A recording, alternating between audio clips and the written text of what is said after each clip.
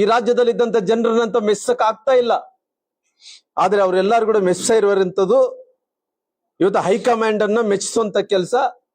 High command ಹತ್ರ ಹೋಗಿ ನನ್ನ ಮುಖ್ಯಮಂತ್ರಿ ಆಗಿ ಮುಂದುವರಿಬೇಕು ಅನ್ನೋಂತ ವಿಚಾರದಲ್ಲಿ 2.5 ವರ್ಷಗಳ ಕಾಲ ಬಿಜಿ ಆಗಿರೋ ಕಾರಣ ಒಂದು ಕಡೆ ಬೆಂಗಳೂರು ಸೇರಿದಂತೆ ಇವತ್ತು ಎಲ್ಲ ಕಡೆ ಕೂಡ ಇವತ್ತು ಈ ರಾಜ್ಯದಲ್ಲಿ ಎಲ್ಲ ರಸ್ತೆಗಳು ಕೂಡ ಹಾಳಾಗೋಗ್ಬಿಟ್ಟಿದಾವ. ಮೂಲಭೂತ ಸೌಕರ್ಯಗಳು ಸಿಗ್ತಾ ಇಲ್ಲ, ಬಡವರು ಬೇಕಾದಂತ ಸವಲತ್ತುಗಳು ಸಿಗ್ತಾ ಇಲ್ಲ. ಎಲ್ಲ ನಿಗಮಗಳಲ್ಲಿ ಭ್ರಷ್ಟಾಚಾರ ಮಾಡಿದಾರ. ಎಲ್ಲ ಕಡೆ ಕೂಡ ಭ್ರಷ್ಟಾಚಾರ ಮಾಡಿ ಇವತ್ತು ಎಲ್ಲವನ್ನು ಕೂಡ ನುಂಗಾಕಿ ಈ ವಿಚಾರವನ್ನು ಕೂಡ ಒಪ್ಪಿಕೊಂಡು ಮತ ಕೇಳ್ತಾರನ್ನಂಥದ್ದು ನಾವೆಲ್ಲರೂ ಕೂಡ ನೋಡ್ಬೇಕಾಗಿದೆ. ಯಾಕಂದ್ರೆ ಇವತ್ತು ಈ ರಾಜ್ಯದಲ್ಲಿ ಒಂದು ಕಡೆ ಗ್ಯಾರಂಟಿಗಳನ್ನು ಕೊಡ್ತಾ ಇದ್ದಾರ.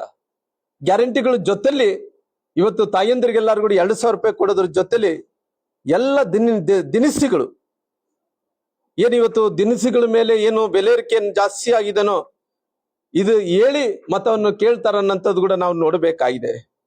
ಯಾಕಂದ್ರೆ ಅವ್ರ ಅಜೆಂಡಾ ಏನಂತೇಳಿ ಕ್ಲಾರಿಟಿ ಕೊಡಬೇಕಾಗುತ್ತೆ.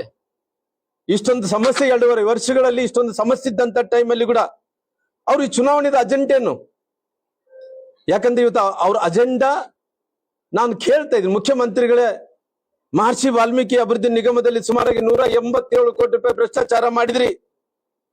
ಇವತ್ತು ತಾವು ಮುಖ್ಯಮಂತ್ರಿಗಳೇ ಸ್ವತಃ ತಾವೇ ನಿಂತು ತಾವೇ ಹೇಳಿಕೆಯನ್ನು ಕೊಟ್ರಿ, ನಾನು 187 ಕೋಟಿ ರೂಪಾಯಿ 90 ಕೋಟಿ ರೂಪಾಯಿ ಹಣ ಭ್ರಷ್ಟಾಚಾರ ಆಗಿದೆ, ಆ ಹಣವನ್ನು ವಾಪಸ್ ಕಳಿಸಿರಿ ಅಂತ ಹೇಳಿದ್ರಿ. ಆದ್ರೆ ಇಲ್ಲಿ ತನಕ ಇದೆ ವಾಪಸ್ ಕಳಿಸಿದಿರನ್ನಂತ ಪ್ರಶ್ನೆಯನ್ನು ಕೂಡ ನಾವೆಲ್ಲರೂ ಕೂಡ ಕೇಳಬೇಕಾಗಿದೆ. ಇವತ್ತು ನಾನು ಕಟ್ಟಿಲ್ಲ ಅಂತೇಳಿ ಕ್ಷಮೆ ಯಾಚನೆಯನ್ನು ಮಾಡಿ ಮತ ಕೇಳ್ತಾರನ್ನಂಥದ್ದು ಕೂಡ ನೋಡ್ಬೇಕಾಗಿದೆ.